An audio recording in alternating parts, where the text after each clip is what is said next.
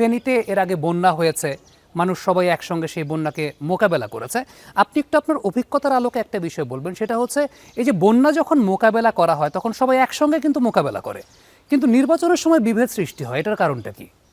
দীর্ঘ ১০-১২ দিন আমি বন্যায় বন্যায় গৃহবন্দী ছিলাম। যদিও গৃহে না থাকি, অন্তত ছিলাম, আশ্রয়হীন ছিলাম।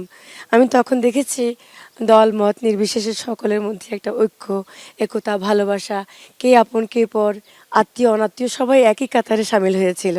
কিন্তু আম, নির্বাচনের সময় সেই একতা কিন্তু থাকে না। একটা বন্যা হওয়ার পর গৃহিণীরাই তো মূলত পরবর্তী সময় ঘরটাকে ঠিক করেন, তাই না? ঘরের পরিষ্কার করতে হয়, ধোয়া মোছা করতে হয়। নির্বাচনের পরে দেশ যারা ধোয়া মোছা করেন, তারা কি গৃহিণীদের মতো দক্ষ হাতে সেটা পরিচালনা করতে পারেন? তারা দক্ষতা নিলেও সেটা কাজে লাগায় না। কেন কাজে লাগে লাগালে না?